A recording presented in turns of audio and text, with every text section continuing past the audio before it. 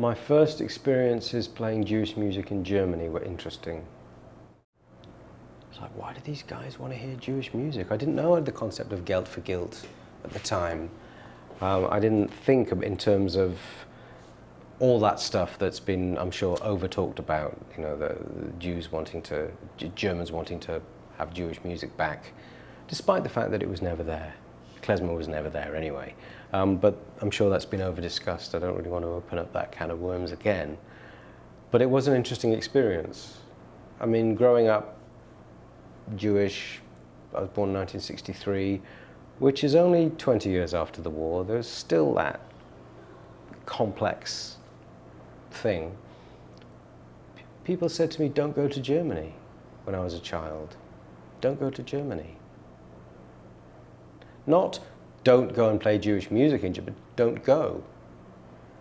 And I couldn't really support that, even as a teenager. How can you?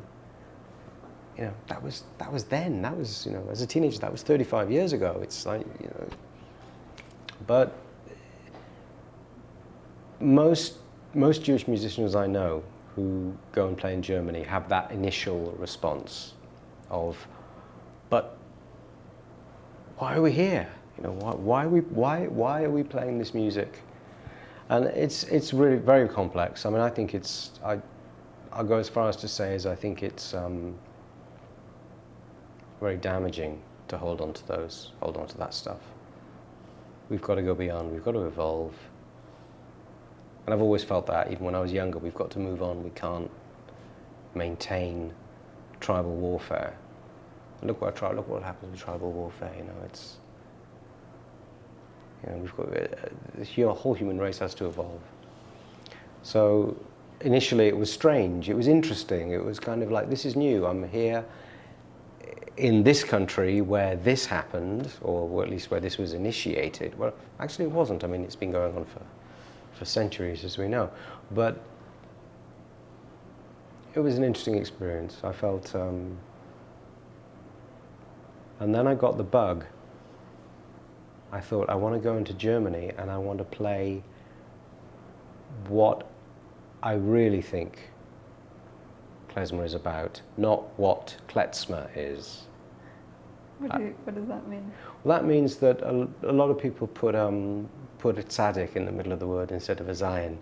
So they get the word Kletzmer because, you know, they pronounce it how they think it should be pronounced in German, Kletzmer. And I think in the early days of Yiddish music in Germany, it just sounded very German. So I wanted to go there and take some real Yiddish sounding music. And I got I wanted to go back and do more and to say, okay, you guys, this is what it actually sounds like. This is closer to the source than the kind of safe classical music that you're playing and calling it Kletzmer. So I kind of went on a mission for a while, but wanting to serve, you know, good food to people who weren't getting good food.